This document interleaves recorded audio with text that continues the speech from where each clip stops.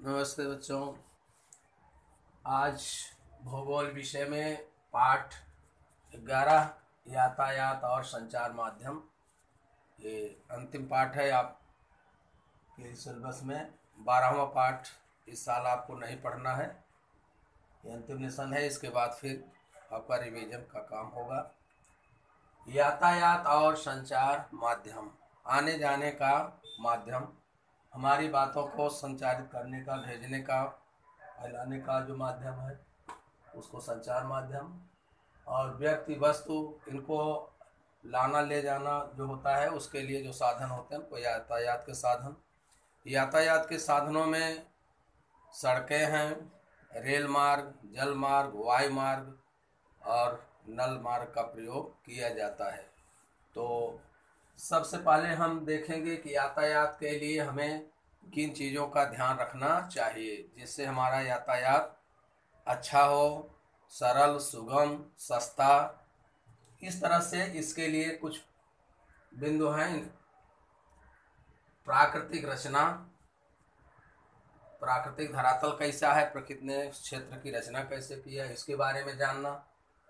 मार्ग और साधन, बाजार केंद्र, जलवायु, वस्तु, समय, व्यय, समयावधि, अंतर, ये इतने पॉइंट हैं जिनके बारे में हमें ध्यान रखना चाहिए। कहीं भी हम यातायात के लिए चुनाव कर रहे हैं तो प्राकृतिक रचना देखना चाहिए। को समतल क्षेत्र है, पर्वतीय है, पठारी है, मैदानी है, किस तरह की रचना है, उसके आधार पर कौन सा साधन उपयुक्त होगा, हमें उस साधन का चुनाव करना चाहिए। मार्ग और साधन कौन कौन से हैं, उस क्षेत्र में जाने के लिए कौन सा रास्ता है और कौन से साधन उपलब्ध हैं, वहाँ सड़क की व्यवस्था है, रेल मार्ग की व्यवस्था है कि नहीं है, केवल वायु मार्ग से जा सकते हैं, सब ध्यान देना पड़ता है।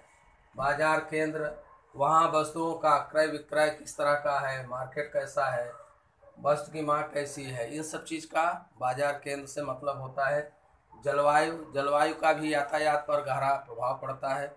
जलवायु के आधार पर हम यातायात साधनों का चयन करते हैं। वस्तु, वस्तु कैसी वस्तु है, वो टिकाऊ वस्तु है कि वो शीघ्र नष्ट होने वाली है। शीघ्र नष्ट होने वाली वस्तु है तो हमें उसको शीघ्र उस स्थान पर पहुंचाना पड़ता है। इसके लिए फिर हमें यातायात के शीघ्र साधन जो है, वायु मार्ग, रेल मार्ग जो भी है, उसका प्रयोग करना पड़ता है। अगर वो वस्तु खराब नहीं होने वाली है तो उसको हम दूसरे साधन से, ट्रक से और रेल मार्ग के द्वारा भी भेज सकते हैं। समय, समय की क्या उपयोगिता है, समय हमारे पास है या उसके लिए समय पर्याप्त है कि नहीं समय पर्याप्त है। अगर कम समय में हमें यातायात करना है तो हम वायु मार्ग का प्रयोग करते हैं, अगर समय है तो रेल मार्ग का प्रयोग करते हैं, और समय है तो हम अपने निजी वाहन से भी यात्रा कर सकते हैं। व्यय, आपके पास बजट कैसा है, खर्च करने के लिए, फ्लाइट्स के लिए पैसा है, ट्रेन के लिए है या जो है दूसरे साधन के लिए है, उसको हमें व्यय में देखना पड़ता है कि हमारा बजट कैसा है। समयावधि, वो समय का भी इसमें कॉल पीरियड जो है उसको भी ध्यान रखना पड़ता है, उसके आधार पर हम यातायात साधनों का चयन करते हैं। अंतर, दूरी जो है, दूरी के आधार पर भी हम यातायात साधनों का चयन करेंगे तो हमारा यातायात सरल भी होगा, सुगम भी होगा, सस्ता भी होगा। और जब इस यातायात के सस्ते साधनों का प्रयोग करेंगे, इन सब का ध्यान रख करके, तो हमारी वस्तुएं जो भेजी जाएंगी, मंगाई जाएंगी, वो सस्ती होंगी और लोगों को हम जो बेचेंगे, खरीदेंगे, वो भी सस्ती मिलेंगी। इस तरह से यातायात साधन का प्रयोग करने के लिए इन मुद्दों पर हमें ध्यान रखना चाहिए। अगला पॉइंट है हरित छन्न मार्ग, ग्रीन कॉरिडोर। ग्रीन कॉरिडोर वो मार्ग है बच्चों, जब कोई जीवित व्यक्ति अपने शरीर का कोई अंग दान देता है और उस अंग को शीघ्रातिशीघ्र जरूरतमंद व्यक्ति को उपलब्ध कराने के लिए हॉस्पिटल में उसके जीवन रक्षा के लिए भेजा जाता है, तो हरित छन्न मार्ग या ग्रीन कॉरिडोर रास्ते का उपयोग किया, बिना बाधा के उस अंग को, उस व्यक्ति को जो दान दे रहा है वहाँ से निकाल कर और जिसको ज़रूरत है उस व्यक्ति तक पहुँचाने के लिए बिना अवरोध के, उस मार्ग में किसी तरह का व्यवधान नहीं होता है और उसको स्पीड के साथ, बिना किसी ब्रेक के, बिना किसी व्यवधान के शीघ्रातिशीघ्र उस मार्ग से उस अंग को संबंधित व्यक्ति, जरूरतमंद व्यक्ति के पास पहुंचाया जाता है। तो इस तरह से इसे हरित छन्न मार्ग, ग्रीन कॉरिडोर कहते हैं। ये अति आवश्यक, जरूरतमंद, विशेष परिस्थितियों में इस मार्ग का प्रयोग किया जाता है, जब किसी आदमी के प्राण रक्षा करने के लिए बहुत आवश्यक होता है। अगला है रो रो परिवहन, पंक्तिबद्ध। इसमें क्या होता है, ट्रक से माल ले जाने में ईंधन भी ज़्यादा लगता है, समय भी ज़्यादा लगता है सड़क मार्ग से।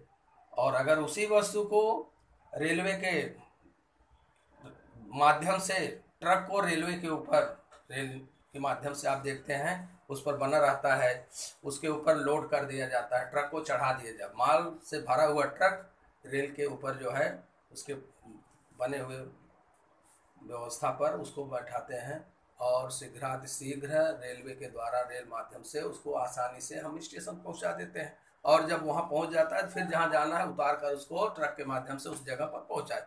इससे समय भी कम लगता है और समय की बचत होती, ईंधन की बचत होती, माल सस्ता भी पड़ जाता है। इस तरह से ये रो रो परिवहन पद्धति जो है, पंक्तिबद्ध परिवहन की शुरुआत कोंकण रेल मार्ग से इसकी शुरुआत हुई है। तो इसमें खर्च जो है कम पड़ता है।